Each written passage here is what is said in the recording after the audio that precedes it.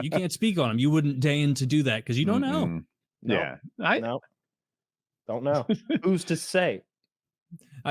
Kyle's just asking questions. I'm just asking questions.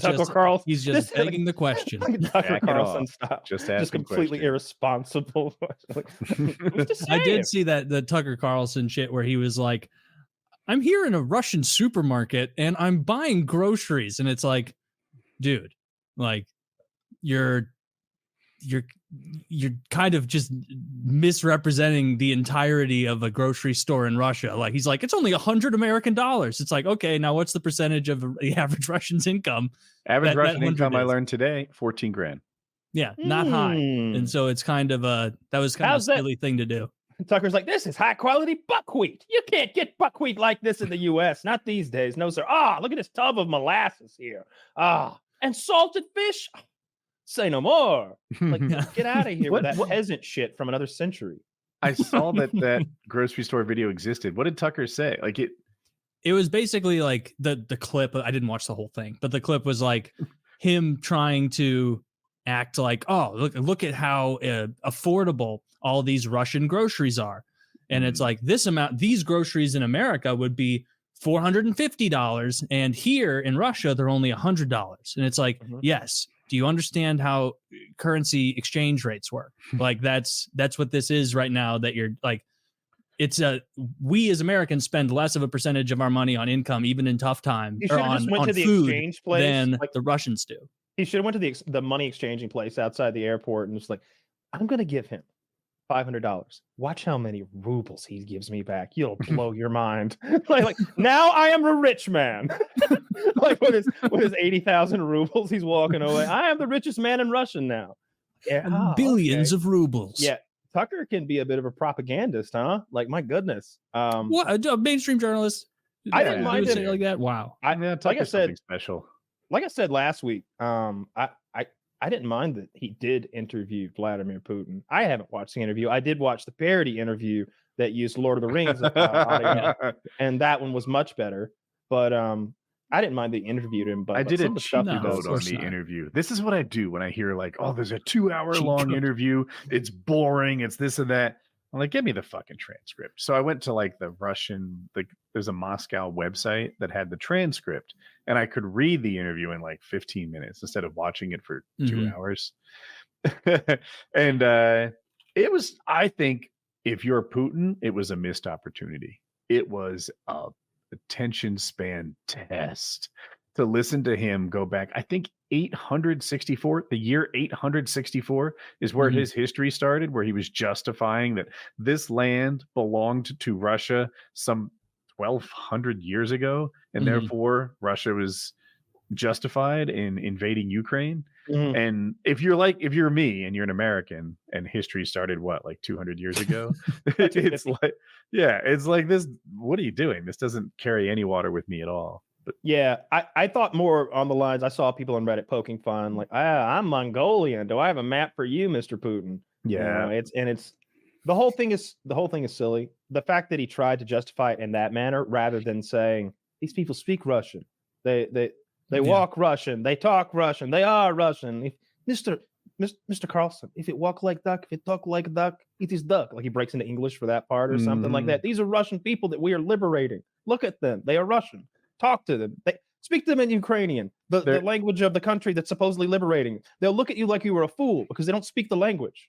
There aren't any reliable polls during the war, but prior to the war, some of the areas that he now occupies were pro-Russian. Yeah. Now they maybe, I don't know what's true. You never know what's true, but if they really did steal 20,000 of their kids and kill their husbands and sons, and maybe Russia's not as popular anymore. But before the war, that would be an effective argument. These guys want to be Russian. On like the Donbass and Luhansk region. Donbass, I think right. Yeah, they're the ones who like voted in their referendum to be like, we want to be Russians. Pre-war. But yes, we're on the same page. Yeah. Maybe post-war, they don't love Russia so much. Post-war, I don't know. I would imagine they probably as a whole haven't changed and they still want to be Russian. But did you see Putin kind of clown on Tucker with that clip where it was great?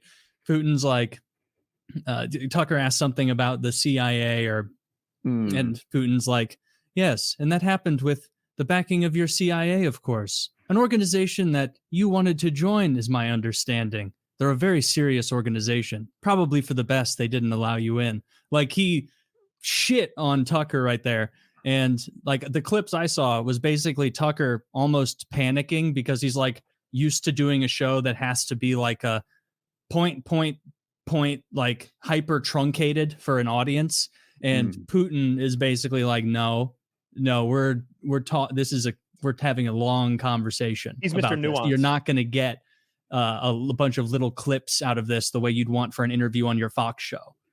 And I thought that was the very start of it. Putin kind of set it up. He's like, what are we doing here? Are we doing like a bullshit conversation or a long, serious conversation? And Tucker, of course, chose the serious conversation. And then that gave Putin license to tell his history. Yeah. Well, yeah, he even asked for like a bit of time to pontificate, and Tucker gave it to him. He asked for like a minute or two to like, yeah, if you give me a minute or two, I can, like, go on a little fucking rant here and explain this to you. And yeah, sure, go ahead. Did you get a feeling watching Putin that he's a much more competent leader than what we're bandying about right now between like Trump and Biden? I don't know. So I did watch it a little. I mostly read it, and I'm like, I can't tell because it's not in my language. Like, there's so much nuance that I'm missing. If Biden or Trump went off on history dating back to 800 something, trying to justify the invasion of Iraq, I'd be like, this guy's fucking lost it. He's not on the same planet as me anymore. We do it all the time, Woody. We're always talking about founding fathers, this and this amendment, that, and like this is they did it in the 1700s. I get that there's a slight time difference, but what I was impressed with was that no one is saying, no, that's not what history was. Like, okay, all that history you laid out for 3 minutes was perfectly accurate. It's just not relevant. You know what I mean? Like when our guys go on a rant, it's like, all right, none of that happened, bro. None of that happened. Where is it relevant? Like, at least it seemed like Putin went on a bit of a rant, and it was all accurate as far as the dates and the countries who. I haven't heard anyone correct his history. Yeah, no one's saying actual. I'm not going to be that guy. He seems unbelievably into Russian history. if you were to go by that interview, it's like, what do you think about? Was it trying to get? You were worried about the NATO bases in Ukraine, correct? Being so close to the border, and he's like, Tucker, to address this, we must first discuss Otto the Great in the year 611 and the ramifications of his long-standing empire. And it's like, I'm going to take it on your word. Otto the Great is a person. Like, oh, God. Dude, we are the same person. Stop calling him Otto the Good. I call him Otto the Great. I call him Otto the Great. Dude, if you were like, imagine if you like put a mic in front of like Trump and Biden, and they're like, go through all of American history. Tell us your favorite presidents. Trump would be like, there's so many good ones, so many great ones. I won't even actually limit it. I'm going to have to limit it to the fantastic ones, because if I talk about the good ones, I'm going to be here all day. And like, he's going to have to. They asked him what his favorite Bible verse was. He's like, there's so many good ones. So I like all of them. I can't possibly narrow it down. New Testament, Old Testament, it's all wonderful to me. I don't think they should rip on it. They call it the Old Testament. I say, my God, it's not that old, is it? It's the New Testament. New Testament. Yeah, that would be funny. Yeah. Meanwhile, we got other foreign leaders giving dissertations on 7th century geopolitics in East Asia. Yeah, and that's a terrible look, because I don't want 60s. Putin's probably 60s. I bet. Probably find out. He looked bad, last year. Not as old as our fellas. 71. 71. My goodness, he looks good for 71. I think he may have had his face looks very tight. He's definitely had like little Botox of some kind. Yeah, I see the Asian in a lot of Russians. Like I feel like no one mentions it because they're white people, right? But I'm like, with a little taste of Slavic. That's white. Different. Okay. I look at a Russian, I'm like, Gavin McGinnis on here to explain this one to you. But they're not like Irish or something. Like there's a little taste of Chinese sort of mixed in there a touch. Yeah, they got a little Mongolia blood in like southern Russia. Yeah, yeah. Mm-hmm. I think the further east you get, the more like Mongolian and I bring Asian it up because admixture. I think it's related to his good aging. Like I think it a little tight. Oh, he's the blonde type. Like he's closer to what we consider white, or what I consider white. He looks like Croatian. Zach, can you find a picture of Putin looking a little Asian so I see my? Can you find Putin on a sunny day for me? I mean, show him with a full head of blonde hair, and let's just shut this whole conversation down. I asked first. He's blonde haired, I think blue eyed. You know, old. Dude, school he looks white, like a hockey. I had hockey coach. Okay, do well, you see it a little?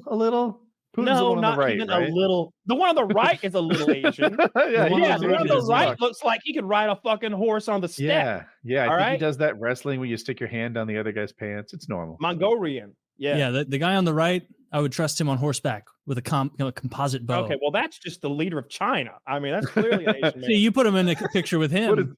Is the other guy John Cena? You don't see him? He's just too. No, I don't know. To me, he vibes picture like of a Putin, little like bit 30. Mongolian. I do not see any of that in Get it all Putin. alone. No. Well, you know, I've got a nose for faces. I see a lot of it in the other guy. He got a nose for faces. I got a nose for faces.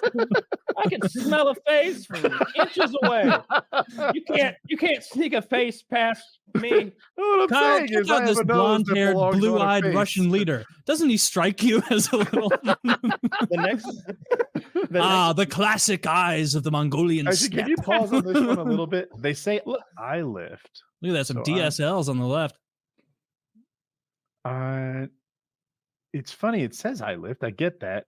To me, I'm seeing like I drop. Or maybe under the eyes, it's lifted.